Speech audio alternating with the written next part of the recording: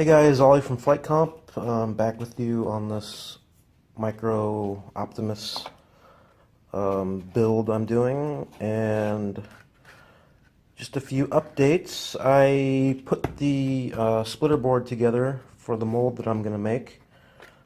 Pretty basic. I just glued together the parts that I cut out that I showed you earlier. It's sort of just a box structure, and I put some supports in here to keep the splitter as straight as possible. It's not, 100% dead flat, but it's close enough. It'll work for what we're doing. And as you can see, I have the braces in here for the fuselage plug to fit in. And I cut all this stuff out with a Dremel and some sandpaper and a file. So it was pretty quick. And I have one little piece to go back here, and it fits pretty good. It's pretty close to being dead on the center line of the fuselage. It might be off by a few millimeters, but it's pretty good tight fit. There we go. So you can see, there's still some gaps, but I'll fill those with some clay when I make the mold.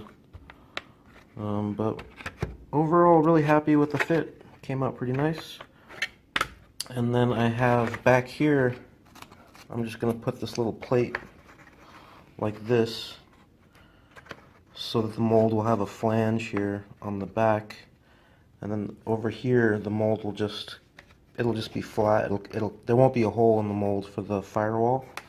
It'll be closed off.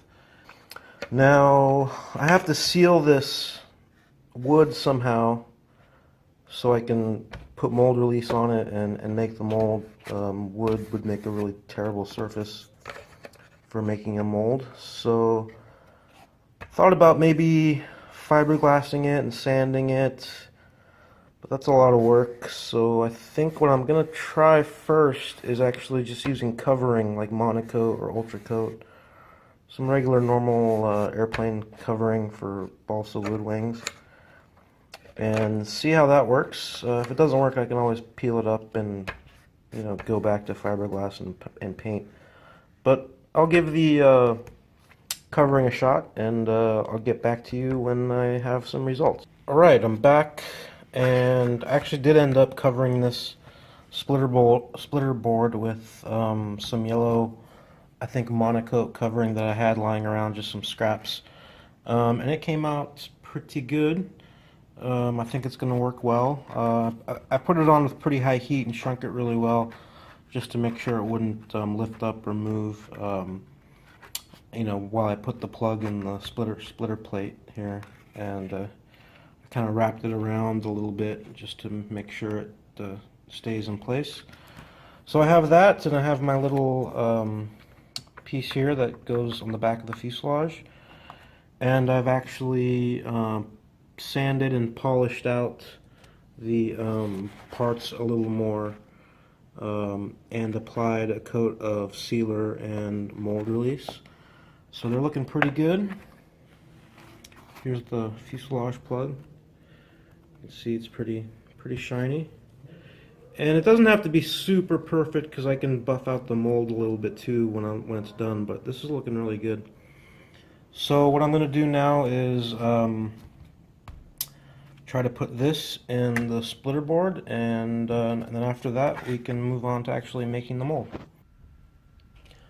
So I got all the little gaps I had around the edge of the part filled with clay. And I've put these little index marks. These are just clay too, to align the mold so that the parts align when you close the mold halves together.